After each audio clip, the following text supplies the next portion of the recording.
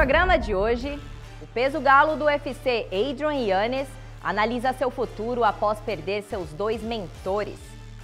Cub Swanson reflete sobre sua luta do Hall da Fama com Doo Ho Choi. Joe Lauzon escolhe seu top 5 de suas melhores lutas no UFC. Olá e bem-vindos ao Conexão UFC. Adrian Yanez cresceu no mundo dos esportes de combate. Primeiro, sob a orientação de seu pai, Andy, e depois como aluno do treinador Solis.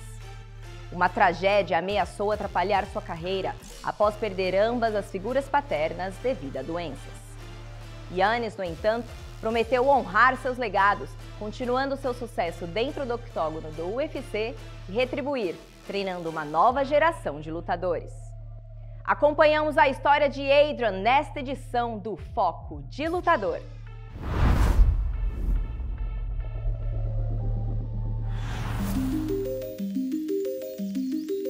Early years of my life, I just remember a lot of being outside. Playing with my friends, I was very, very active at home. My dad would just find a way, or my mom would just find a way just to keep us busy doing something. My dad, he was a really good boxer, won amateur titles and everything.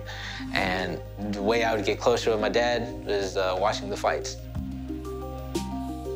We would order the fights, and my dad would be super, in with the fights. Like, a good fight happens, and my dad would grab me, yeah, you see that? Yeah. I'm just yeah. I was I'm getting affection. But as I'm watching it, I'm seeing, just the art and the beauty of, these guys just going at it. And I'm, falling in love with it while also trying to get closer with my dad. Whenever I was 15 years old, I started training MMA, and I remember talking to my dad saying, I need to get better punches, better hands, and that's when my dad was all right, started searching around, and we see Metro Fight Club. Next thing you know, we're there on a Saturday, walk in, Coach Saul's doing a private session, and you just see the amount of pictures that he had. He had pictures with Tito Ortiz, Carlo Prater on there, Melvin Gillard, Eve Edwards, all I'm just wide-eyed, just being how did I not know about this? And after the first couple days of me training, I knew I wanted to fight. I already knew martial arts was gonna be in my life somehow for the rest of my life.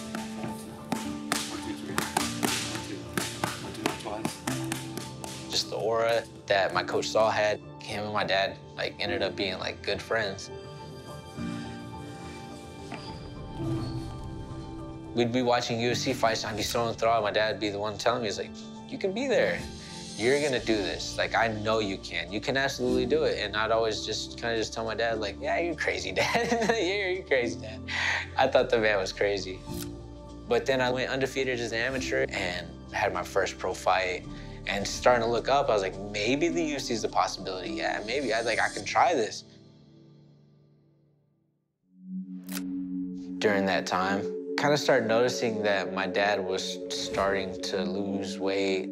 And then they start running tests, just trying to see what's wrong. And then on my birthday, find out that, he got stomach cancer. It was stage 4, so. He started chemo right after. He stayed strong for as long as he could, but my dad passed away. Years later, I learned I was gonna be on the Contender Series. The one who broke the news to me was my coach Saul. That conversation that we had, I was you and my dad told me I could get here. You and my dad. And I was got it, this is my chance. This is my chance. Adrian Yanez's dad, Andy, was his world. Tonight, he chases this dream of a UFC contract. His father was a boxer, wanted to follow in his footsteps, but fell in love with MMA. I remember about to step into the cage and just being this is it. Fight! Yanez, his boxing style, very crisp hands. Oh, he lays a hard left. Oh, he's out. He stunned him and he's out. That's it. After the ref stopped it, I just remember just being shocked, It was taking me a second just to like take everything in. Adrian Yanez, quick work of Brady Huang. My coach, he was so proud. I just started smiling. Dad, I did it. I fall flat on the canvas, laying there, and I'm just looking at the ceiling, and I'm like, holy Dad, I did it. And like going back to whenever my dad was watching boxing, I see how proud he was of like his fighter if he did good. That moment, I was happy, I was joyful, proving my dad right. So, and then I got my contract, and I immediately was like, I have to go to my dad. My way of sharing it with him was I went to his gravesite and was shown the tombstone, the papers. I signed it then and there. I was ready for like the biggest stage of my career. Adrian Yanez out of Texas is back in Las Vegas and hoping to break in that UFC contract with a big win tonight. Combos, Adrian, combos. That's a good right and another. He's hurt. Head kick! Holy smokes! Adrian Yanez! Let's go! I'm telling you, the sky's the limit for this guy. He has a tremendous coach in Solis. Let the hands go. Oh, that's gonna do it! Wow! Adrian Yanez, Mr. Knockout, does it again! I'm telling you, we have a future contender on our hands. Solis, he deserves all the credit, man. If it wasn't for him, I wouldn't be in this position I am today. So big credit to my coach, Solis.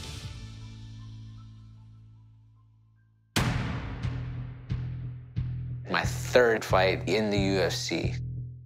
I just remember, so I was like, I'm so sorry, I apologize. He had contracted COVID, so he wasn't able to be in my corner for that fight. I was like, yeah, we'll be fine. We're gonna be good. Right away, these guys are going after it. Oh! Randy started off very fast. Oh! I didn't expect that from him. All Costa early on. Look at Costa in his face. Stiff jab for Costa and another. Man. Walking back to that corner, I was like, I'm better than this. Keep your hands a little bit more head movement. Touch it. You're much better than that. Relax, okay? Round two, I just started doing all the things that worked. Everything that Saul had taught me. Nice.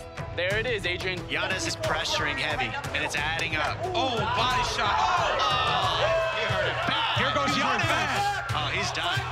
There it is. Wow. How about it? Yanez is the real deal.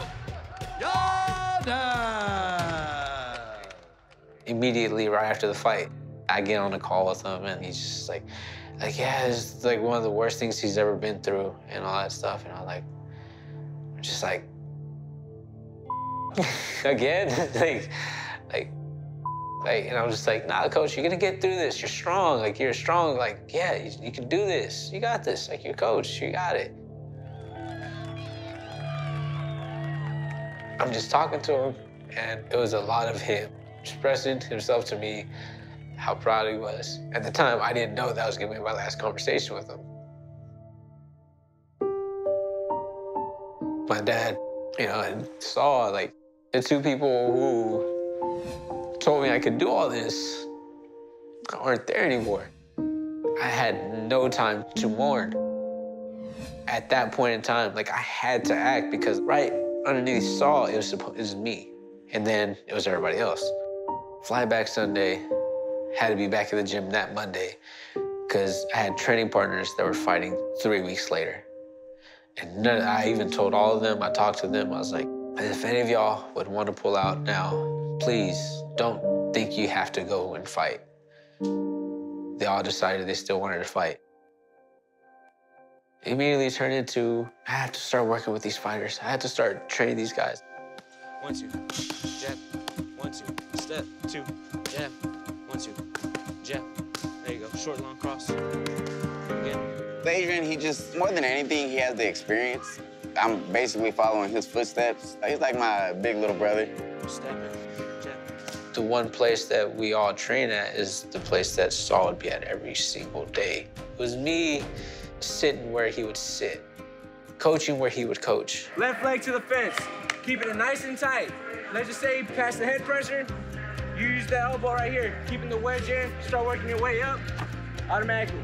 I'm extremely proud to fill the role. I'm just happy that like I have a good second man in charge in Cameron that helps me be like, hey, we just gotta keep doing what we're doing. We both decided we wanted to keep the gym going. We both wanted to be there for the guys like Coach was.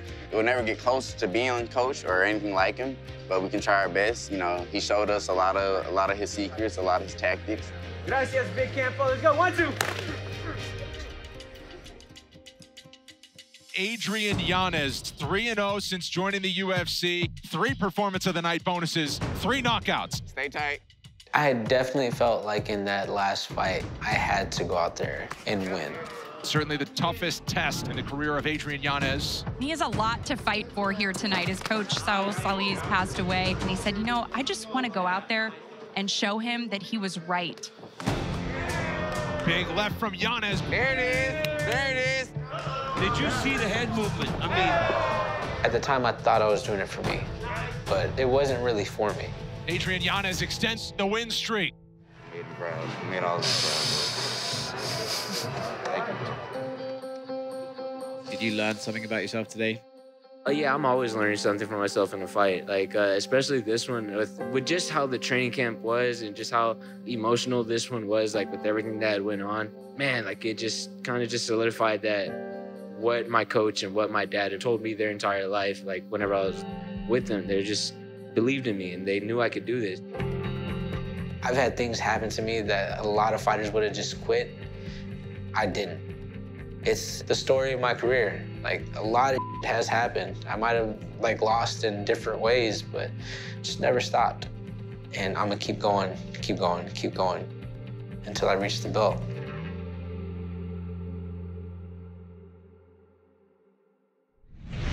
No UFC 206, o favorito dos fãs, Cub Swanson, enfrentou o sul-coreano Doo Ho Choi. Esse confronto eletrizante no peso-pena se tornou um clássico ao longo de 15 minutos de trocação intensa. O combate foi eleito a luta do ano de 2016 e será incluído na ala das lutas do Hall da Fama do UFC este ano. Killer Cub Swanson relembra aquela noite memorável em Meu Momento.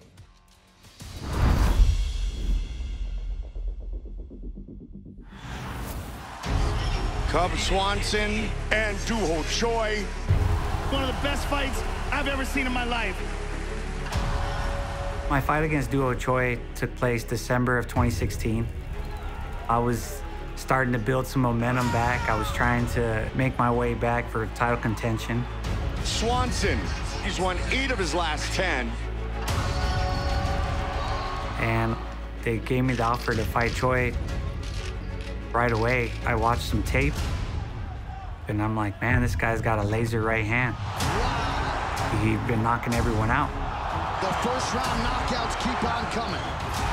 We have got a star in the making. There was a lot of hype on him, so the fight was intriguing. The Octagon is in Toronto. Fight night, it was pretty wild. It's the biggest crowd I fought in front of, just under 20,000 people. When I'm backstage, it was echoing and you could hear the crowd was just roaring. I loved it. 31st professional fight for Cub Swanson. I remember just getting in the zone, getting fired up. I knew I was the underdog, which I felt a little disrespected by. I knew that he was a great opponent and dangerous one, but I just felt like I had the tools and I felt like he wasn't ready for me. But always in the back of your mind, you're like, he better not land one of those shots. You can't get knocked out.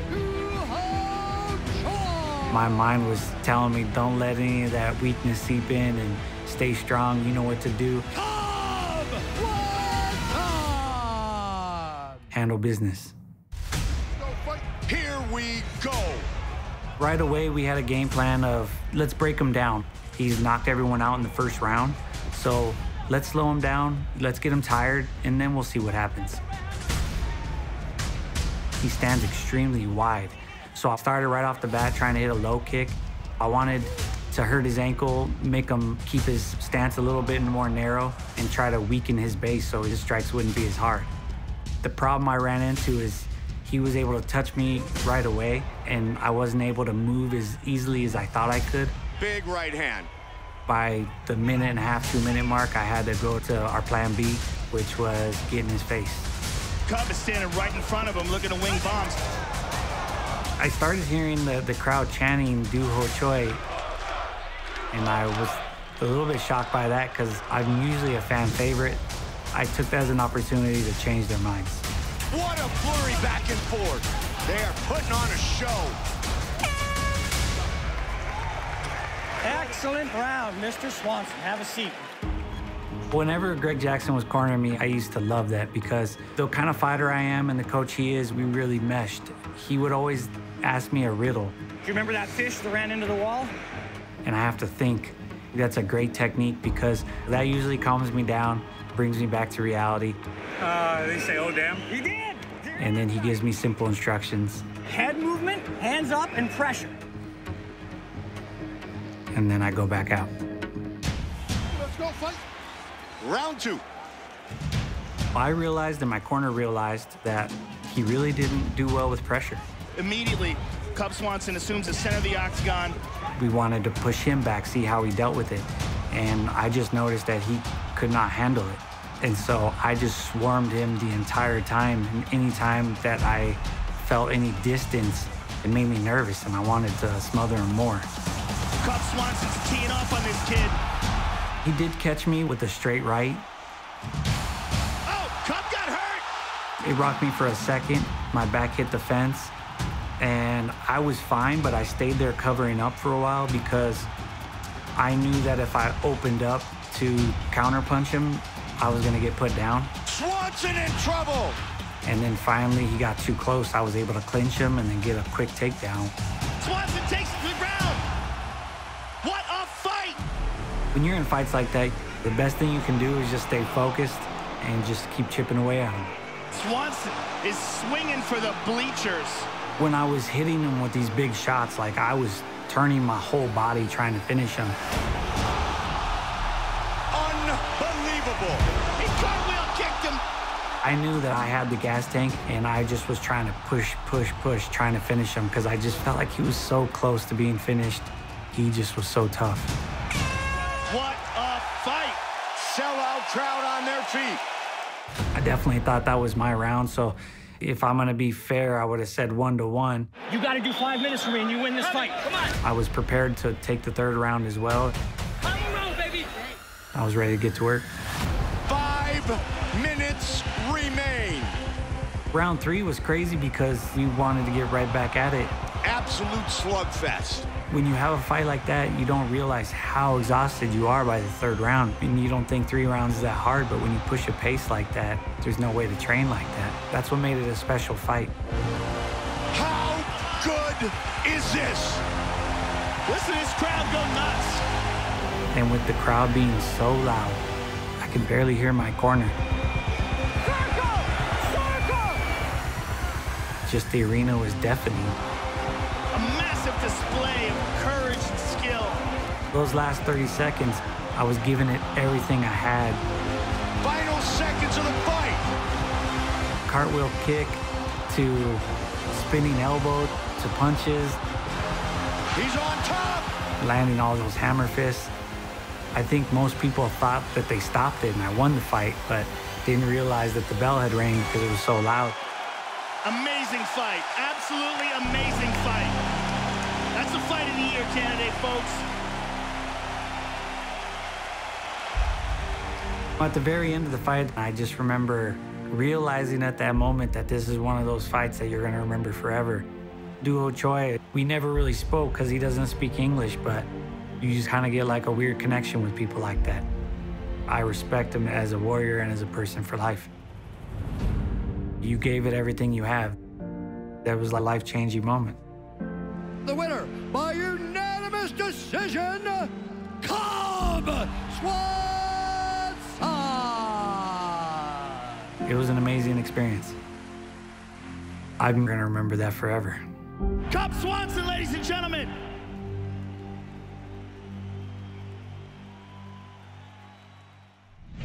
Em 2006, Joe Lauzon, de 22 anos, fez uma estreia impressionante no UFC, nocauteando o ex-campeão peso leve James Pulver em menos de 1 minuto. 16 anos depois, o lutador de Boston ainda diverte os fãs do UFC, com seu estilo de luta destemido e um excepcional jogo de finalização. Pedimos a Joe para escolher as lutas favoritas da sua extensa carreira no octógono, no Top 5.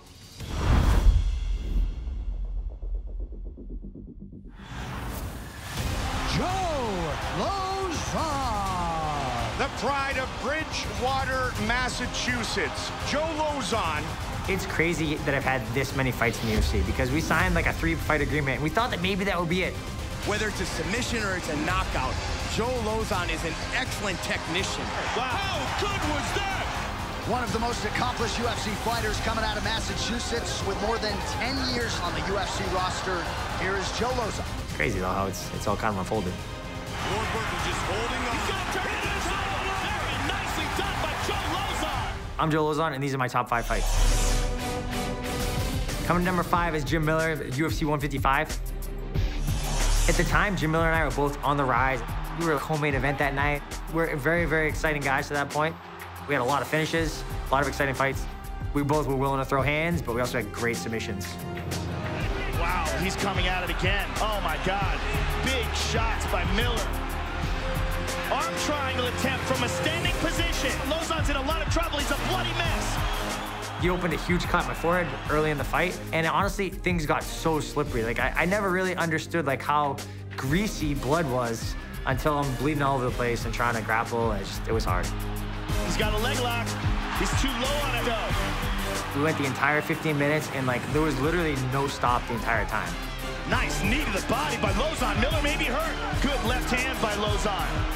At one point, the referee had to stop to, cut gauze or have my hands wrapped. Can you do something about that? Jim and I are just sitting there. We're just talking back and forth. I've had very few fights where I'm actually conversing and having a good time with the opponent.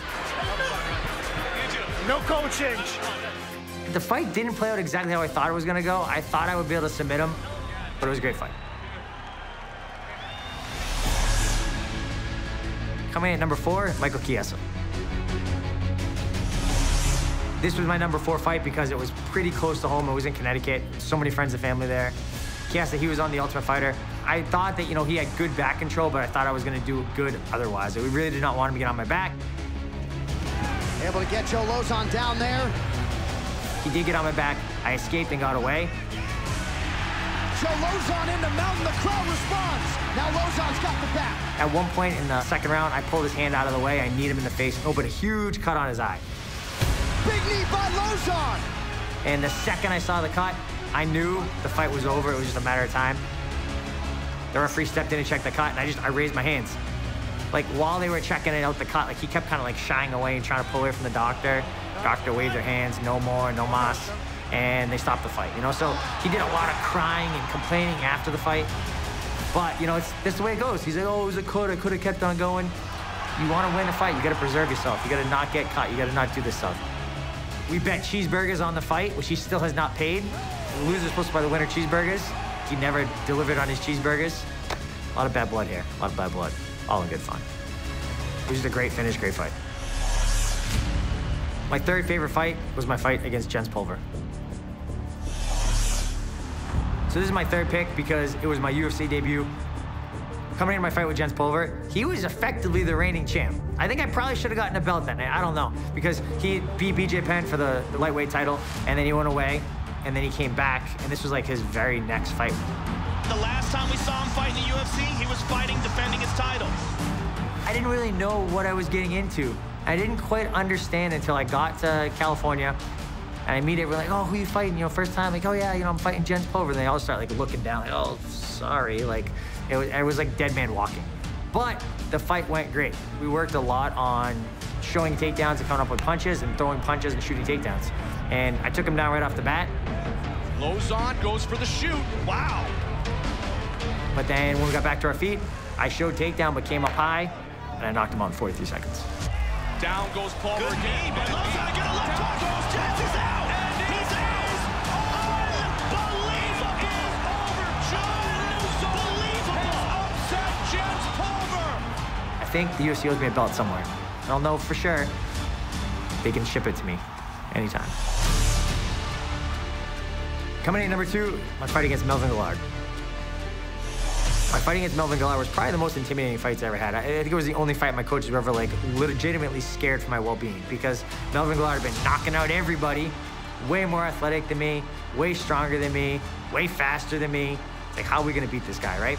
But I don't think Melvin takes it super serious sometimes. Like, he had like a pre-fight party. So like, he weighed in and I was recovering and trying to get ready for the next day. He went and threw like a party at some nightclub or strip club or something like that. I don't think he was taking it super serious.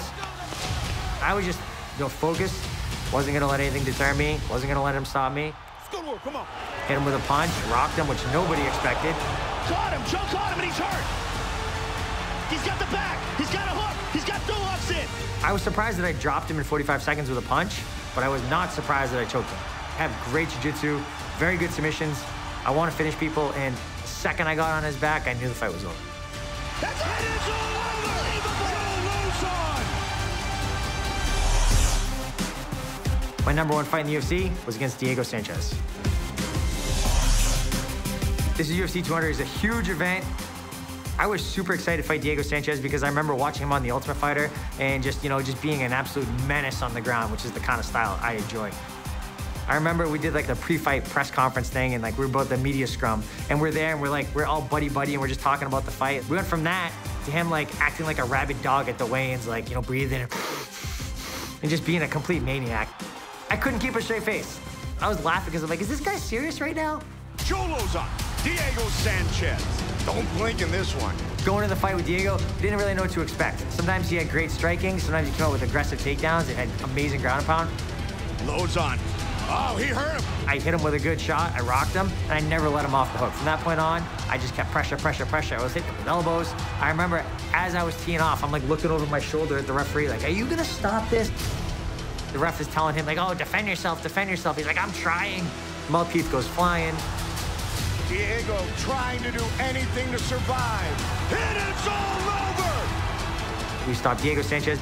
We're the only one to stop him with strikes to that point. There were so many great things about the fight with Diego. That's why it's my number 1. There's just too many things to name and number, but it was a great fight. I'm Joe Lauzon, and those are my top 5 fights in the UFC.